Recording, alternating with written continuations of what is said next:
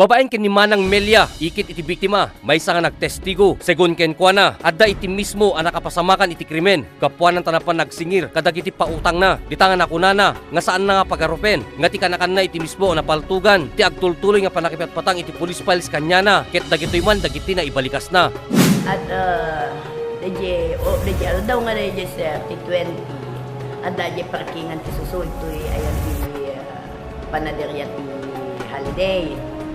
Mapanak ag singir rin iti nakautag mo di pwesto, bilbili na di jay. Awam mo ti commotion nga nakita, kuno awam mo ti iriri. At dalangan nangag ko nga kanal buong, at dalang nangag ko nga pimuto, and then nagtatakay tao, ti taon ang rumwaran. Kumita nga kasta pag-isumot nga, rumwar na iti Michelle nga Guillermo. Igyom na, ipaltog. Sumarsa ko nung mga tulong na. Ayan. And then naglugan iti RS nga nalabaga nga lugan na palaod. Hangko nga amo nga Darwin Bonita di napaltugan.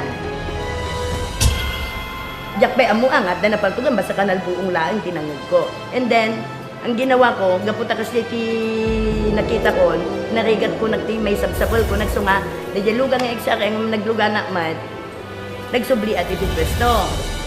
Idadaag iti pwesto, gusto nga mga anak, dati ka anak ka mo iti bangir, gusto nakadamag nga, Darwin Bonita tinapaltugan. At nakiktuta ko na iso di may naintaray ito may baga sir. Anti-anti ni kanumo Darwin, tinapaltugan ko na ito pakikaanak akmat. Gusto da dyan, nagwa ako, nag-nervyosa, Tim Marayak. Napanak pa kidi ang police station na panggukin ng pirmar mo Darwin Bonita ti napaltugan. Tuhon ko na dahil so dahil nga napanak di jay. Nadanong kumutin nga da jay ayan ti asunta. Ayan ti Mirte.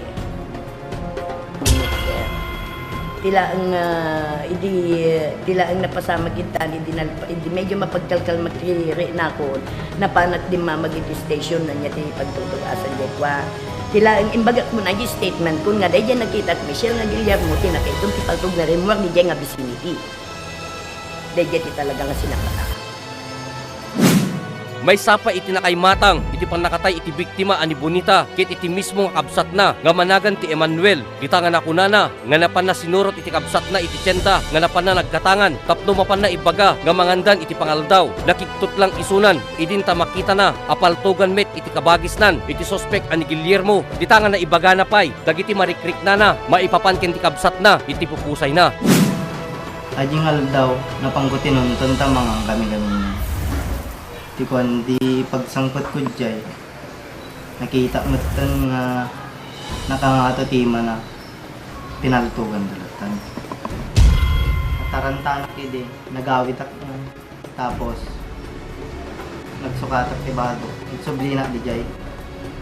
Di ko mo ito, nakita mo nga nakita naman ko, papatulong ako, mo ito may akong masigad. Nasagit lang tinagong ko ta nakita mga kasinimano.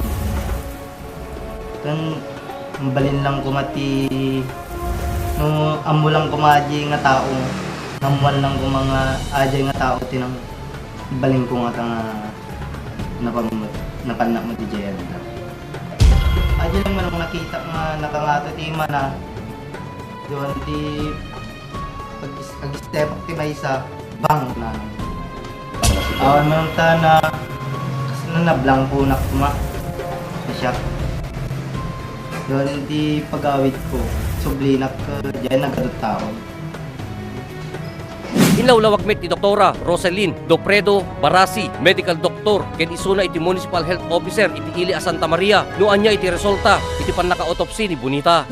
Naawat ni DJ autopsy request, yung kaputi po ni siya iti March 20, 2012, oras ti 4:15 p.m. So, inaramid mi dati nga autopsy, ito'y Cardabur Holding Area, mi dito lang RHU. Kaya babaen ti nakita mi ti bangkay, kat napaltugan. At dati may isang balang simrap ito'y kandigid nga pingping na. But awan ti rin mo na iso nga ingkapilitan nga linuktam mi dito yung likod na tabiro ko mi dito nga nga buli. Kaya pinakakitaan mi iti nga to lang ti ayan ti filter na. Kat baben DJ nga kan nakapaltug na ti cause of death na kat cardiorespiratory arrest, secondary to intracranial hemorrhage, secondary to gunshot wound.